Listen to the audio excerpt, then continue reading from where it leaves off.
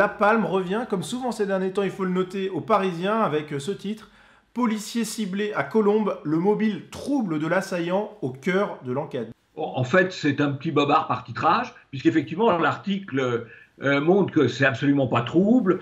Le terroriste a fait allégeance à l'État islamique, il a affiché sa volonté de mourir en martyr, il avait même mis une lettre sur le pare-brise de sa voiture, donc c'est pas trouble. Voilà.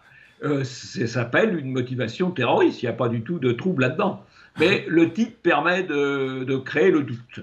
C'est vrai que c'en est presque comique, puisqu'effectivement, le titre dit le contraire de l'article, finalement. Il n'y a rien de trouble. Il n'y avait pas que le Parisien, évidemment, à parler de motifs troubles.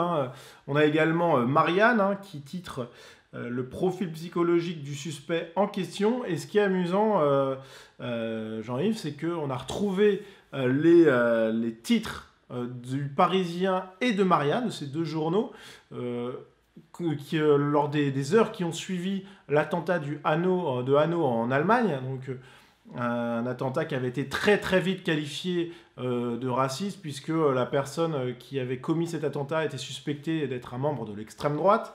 Eh bien, là, dans le Parisien, dans Marianne, quelques heures après les faits, eh bien, plus du tout de prudence sur les motifs troubles ou pas, puisqu'on a le titre du Parisien, le récit de la tuerie raciste de Hanau, et celui de Marianne, 9 morts à Hanau dans 2 fusillades xénophobes. Donc là, on était dans la certitude, Jean-Yves.